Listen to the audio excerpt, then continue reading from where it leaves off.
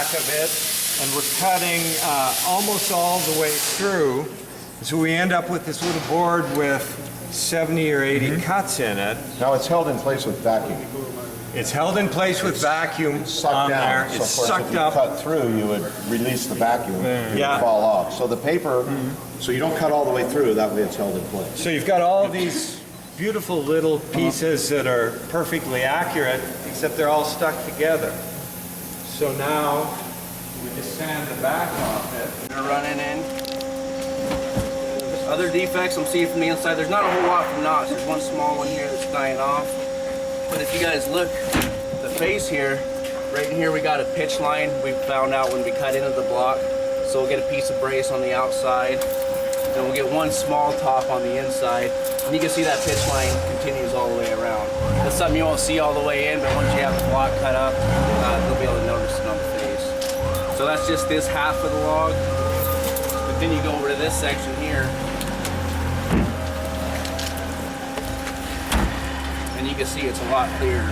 Yeah, so this is clean. You can take a block out here that's really quite nice. This is a branch, and you can see it died off as it got there, or maybe we're angling through it, I'm not sure which. But the branches start when the tree is small, and then they grow as the tree grows bigger. They keep sticking out till finally the shade is complete, and then they'll die and fall off in an older forest. So you can see a bit of twist in this. It's largely in the outside there. And I actually split off about an inch of the twist that was already there, and leaving just a little bit left for him to edge off. And he split off the sapwood, which is the lighter colored wood on the outside. Sitka spruce, you could use it, but there's a color differentiation, so people don't like it. You can also have twist on one side of the log, which seems very strange, but you can almost see that there. One side you can see has got an angle, the other side is relatively flat. Yeah. So I'll go through, continuing to split on the defect that's not here that Steve pointed out.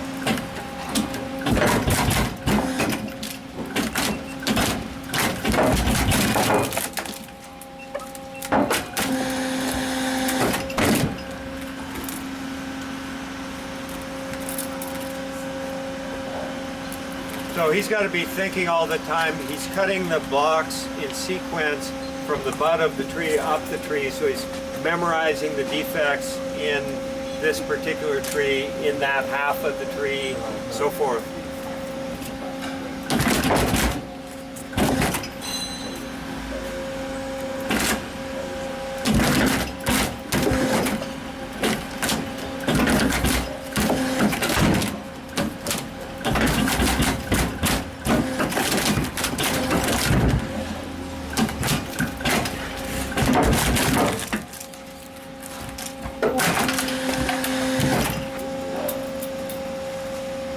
Big enough? So here we'll get one small top on the inside. Get, you know, maybe 3 or 4 tops out of that. Here's one we'll get a majority of the stuff. But out of this, and you can see he's opened it up on defects, and it's pretty clear inside. A couple of little pin knots maybe, but we might get 35 guitar tops out of that. It's carefully cut. Top, but you see this stuff, it almost looks like silk on corn that runs back and forth. We call it silk, we call it cross grain. What that is it's a ray that runs through the wood like spokes on a bicycle wheel, okay? If you were looking at the cross section, and those are called medullary rays. And when you're seeing that silk on the top, what you're seeing is that ray fanned out across the top and almost cut like it was a straw. You cut a razor blade, you know, right down the straw. So, because this is split, it's perfect, it splits on that ray. And this right here, you see all that shininess, you see the cross grain even in its rough form. And if this were cut at a different angle, if we took and cut across that and showed it to you, you wouldn't see any of this shimmer that comes back and forth. And you could tell if a guitar top is perfectly quarter sawn, I'm going to say, if the grain is perfectly 90 degrees, the evidence is in the cross grain that you see in it. And so what Derek does, after these guys have split it, this face and this face, by nature of the split, are exactly 90 degrees from the face. And so what he's going to do is try and make as many tops that are perfectly 90 degrees to the face, which means he's got to fan the tops from one side to the other. Because if he just cut here and started cutting, look what he would get over there, right? And even in here, once this is off, you guys stay within a few degrees pretty much, you know. I mean, once it's off 5 degrees, you're off of the quarter. What's important about being a quarter? That's when the top is, that's when every piece of wood in the world is its most stiff. It's when that medullarius runs right along the face. So they go through the care, they've industrialized, they've scaled up the process of what an old luthier would have done by hand splitting tops. And in the old days, a violin maker would not only hand split, you know, the blocks, but they would hand split all the way down to the top itself. So when they open that thing up, it's perfectly 90 degrees.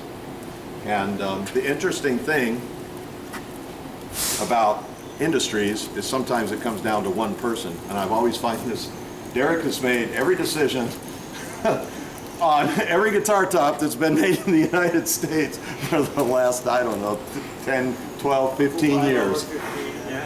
So his job is to take this really rough split and transition that into a sawn piece that's flat, and yet respect the face that was put here. And of course, if this has a twist, you can't really cut on a twist. So then he has to make a decision. What's he going to favor? And we've had lengthy, we've had years and years and years for us to discuss between ourselves the best way to handle each one of those. So he respects all those decisions and makes choices that we like and cuts those things to make the very best guitar. And he does it really fast. All right, we're on a schedule, so we got to cut. The thick pieces he cuts off are to make tops out of it. The thin pieces he cuts are to make braces. So he's cutting blocks for tops and for braces. When he turns the log, he's going to take a piece that's a wedge naturally, right? And those pieces he's going to decide where that wedge will be, because part of it is going to be thick enough to make a narrow brace plate.